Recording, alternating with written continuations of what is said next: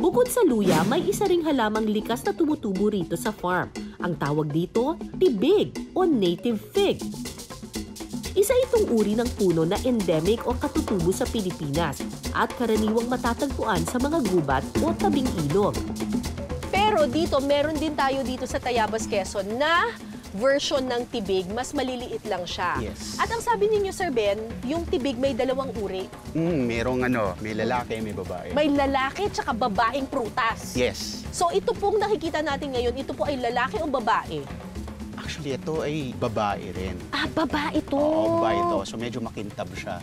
Ang lalaki, mas malaki ng konti dito. Saan ba yung lalaki? Maghanap tayo ng lalaki. Ito! Ay, mas malaki. Yan. Ito yung lalaking tibig. Bakit pinabubulok na lang, sir? Kasi yung lalaki, hindi namin kinakain kasi medyo may pakla siya. Pwede na itong pitasin? O Hindi pa. Merong, dito wala pang gaanong hinog eh.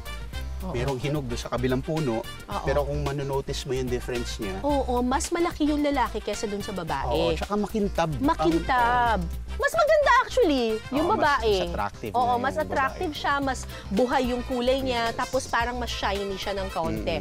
Pero ito ay matigas pa, hindi pa ito pwedeng kunin. Ito yung babaeng tibig. Oo, babaeng tibig daw. So, kanina nakita natin yung green na variety at yung red na variety na fig. Alright. Oo, na tibig. Oo, so, ito may hinog na. Oo, ito may hinog na to.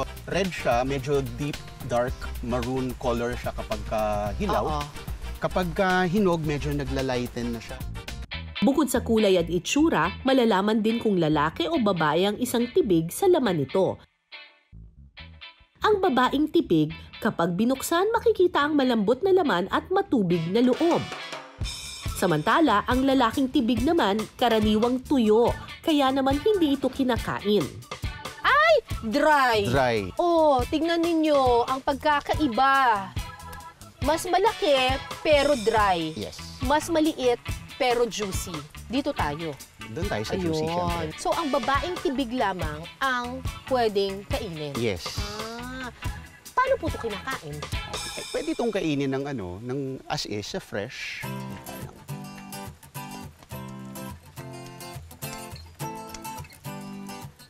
Hindi pa siya gaano matamis. Yung texture niya parang alam niyo yung buto ng bayabas, tapos paliitin ninyo ng konti, parang ganun yung peg niya. May mga seeds siya sa loob. Hindi siya matamis, pero hindi rin siya maasim.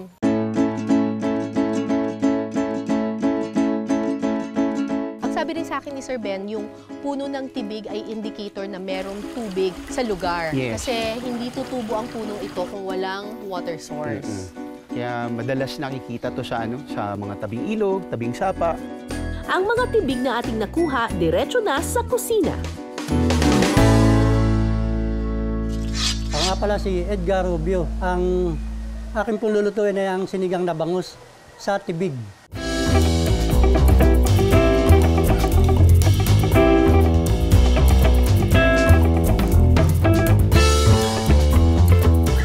Ngayon po ang sisimulan ko ay ang akin munang pinagpakulo na tibig para yung aroma ng tibig ay lumasa na agad. Ito rin po ang magiging asim ng ating sinigang. Sunod na ilalagay ang sibuyas at luya. At saka titimplahan ng asin. Idadagdag ang okra, labanos, sitaw, blended tomatoes, at kamatis. Pagkakulo ng sabaw, ilalagay ang bangus. Pakuluin ng 5 minuto bago isunod ang siling pangsigang at kangkong. Maya-maya pa, pwede nang humigop ng mainit na sabaw ng sinigang na bangus sa tibig.